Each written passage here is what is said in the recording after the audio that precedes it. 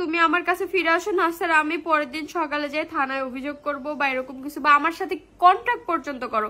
Contact না করলে আমি কিভাবে বুঝবো তুমি কোথায় গেছো না গেছো? তুমি যেখানেই যাও আমি কোনো কিচ্ছু বলবো না, তুমি জাস্ট আমাকে বলো প্লিজ তুমি চলে আসো। তুমি জানো আমি তোমার ছাড়া থাকতে পারি না।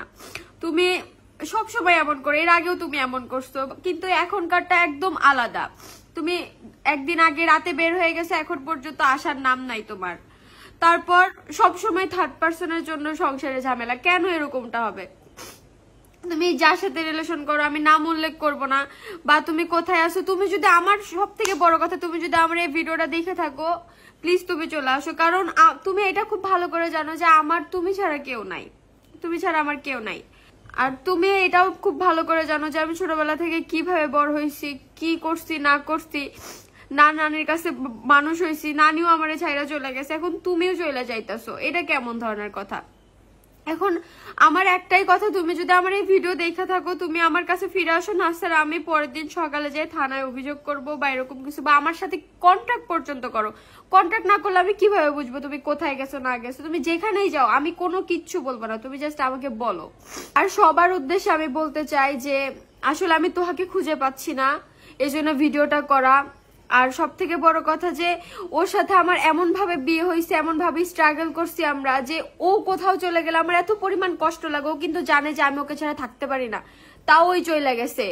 এখানে তো অবশ্যই থার্ড পার্সন আছে, আমি জানি না আমার কপালে কি লেখা আছে। আর আমি চাই না মানে আমাদের সংসারটা এত তাড়াতাড়ি শেষ হয়ে যাক।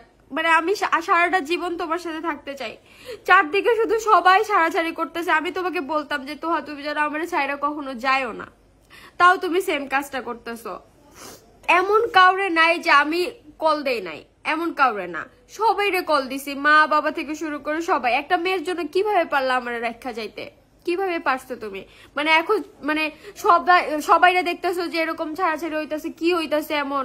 এরকম করে সংসার হয় না তো। হ্যাঁ, আমরা তোমার আগের দিনগুলো মনে করা উচিত যে আমরা কিভাবে এত দূর পর্যন্ত আসছি, কিভাবে কি করছি। হুট করে একটা মাইয়ার জন্য বা হুট করে থার্ড পার্সনের জন্য এরকমটা চেঞ্জ হয়ে যাইতে পারো না তো। আর যখন তুমি শূন্য পকেটে ছিলা, যখন তুমি একটা ছোটখাটো জব করতা, বিকাশে জব করতা, তখন আমি তোমার হাত ধরছি, আর কিন্তু কেউ হাত ধরে নাই, কেউই না।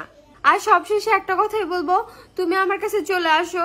আর সবার উদ্দেশ্যে বলতেছি যে ওর সাথে আমার একটা সংসার করতে হইলে ঝগড়া হয় স্বাভাবিক, বাট এমন এমন এমন ঝগড়া হয়েছে, এমন এমন ঝগড়া হয়েছে তাই বলে তুমি আমাকে ছেড়ে চলে যাবা, এটা ঠিক না। ডিভোর্সের কথা পর্যন্ত তুমি উল্লেখ করছো, যেটা কোনো সংসারে কোনো হাজবেন্ড ওয়াইফ তাকে বলে না, কারণ এটা বলাই পাপ। এটা কিভাবে তুমি বলতে পারলা যে তুমি দেখতেছো যে আমার ব্যাকগ্রাউন্ডে কেউ নাই, আমার কেউ নাই দেখে তুমি এরকম একটা মেয়েরে তুমি একা ফেলায় আরেকটা মেয়ের কাছে চলে যাবা, এটা ঠিক না।